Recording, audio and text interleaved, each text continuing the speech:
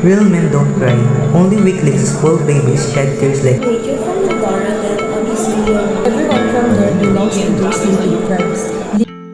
A stereotype is a oversimplified and fixed belief about a group of people, often based on characteristics such as race, gender, age, or culture. Instead of recognizing individual differences, stereotypes assume that all members of a group shares a same trait, behavior, and abilities. These ideas are usually formed through social influence, media, or limited experience and are not always accurate. Today, we analyze a widely held gender stereotype within society. All men are strong. They don't cry. This discussion falls under the study of gender and society. We will examine its origin and how it's sustained and its individual and societal impact. This stereotype is rooted in traditional gender norms and historical social structures where men are positioned as primary providers and protectors. Masculinity became closely associated with toughness, resilience, and emotional restraint. Media continues to reinforce this through action movies and storylines that depict male characters as unshakable and stoic, while those displaying vulnerability are often portrayed as weak or comical. Institution and culture also plays a role. Family upbringing, peers group, and school environments may encourage boys to tough it out and repeat praise such as "boys don't cry," normalizing emotional suppression as a marker of maturity. This stereotype produces significant consequences. Socially, it creates rigid boundaries for male expression. Men showing sadness or vulnerability face stigma.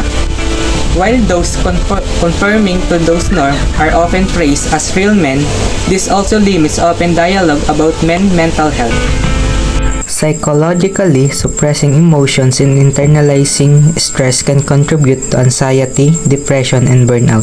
Men may feel guilt or shame for experiencing natural human emotions, creating barriers to seeking help. Linguistically, phrases such as "man up," "be a man," or "stop being a crybaby" are commonplace, framing emotional expression as unmanly or reinforcing the false equation between strength and lack of visible emotion. Addressing this stereotype requires an action across multiple levels. Educationally, integrating emotional intelligence and gender equality into school curricula can help redefine strength in diverse ways. Workshops for parents and communities can support raising emotionally aware children. Discursively, media and storytelling should feature diverse portrayals of men, showing them as capable and strong while also being compassionate, sad, or struggling. We should promote inclusive language and challenge phrases that link masculinity to emotional suppression. At the policy level, supporting workplace and institutional mental health initiatives and creating safe places and spaces for all employees to express their needs can reduce stigma. Targeted programs can help encouragement to seek support without shame. This stereotype has its root in historical geographical framing and colonial administrative practices. Records from the past often categorize all inhabitants of Mindanao Island under broad indigenous classification, overlooking the diversity of settler, migrant, and mixed communities. Today, this view is reinforced by media and travel content that tend to highlight only Mangyan culture when representing Mindoro, ignoring the existence of urban, migrant, and non-indigenous residents. Institutional oversimplification also contributes. Government documents, tourism materials, and school textbooks sometimes use Mangyan as a general term for anyone from Mindoro, disregarding the distinct ethnic, linguistic, and cultural groups present on the island. This generalization produces notable consequences. Socially, it leads to unfair labeling and discrimination. Residents who are not Mangyan feel misrepresented, while Mangyan communities themselves are often reduced to a single stereotype. denying the diversity within their own groups and their modern identities. Psychologically, it can cause identity confusion and alienation.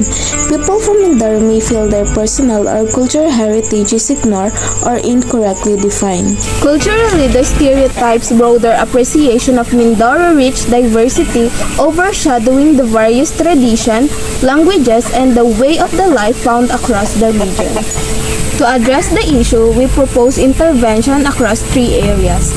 Educationally, schools' curricula and tourism materials should be updated to accurately reflect Mindoro diversity, clearly distinguishing between the indigenous Mangyan groups and other communities in the region.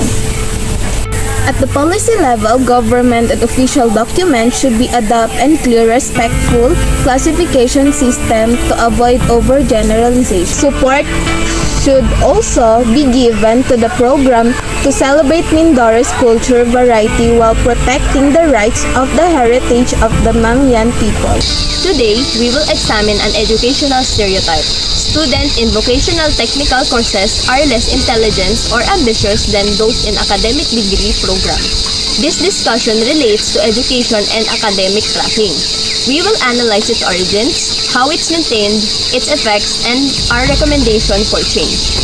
This stereotype originates from historical social hierarchies that long associated white-collar and professional careers with higher social status, while skilled traders and technical works were viewed as a second-class options. Stereotype produces significant consequences. Socially, it creates unfair divisions and stigma. Students in technical courses may be looked down upon by peers, faculty, or family, while those in traditional degrees are labeled as successful regardless of their actual abilities.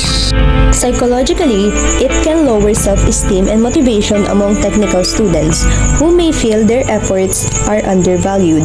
Meanwhile, students in academic programs may face pressure to uphold a certain image of intelligence, causing stress. To address this issue, we propose interventions across three areas. Educationally, curricula should be revised to highlight the value and complexity of all fields of study. Inviting industry experts and successful graduates from diverse backgrounds can demonstrate that intelligence and ambitions are expressed in many ways. The policy level, universities should review admission guidelines and resource distribution to ensure equal support and opportunities for all disciplines. Career counseling should guide students based on their strengths and interests rather than stereotypes.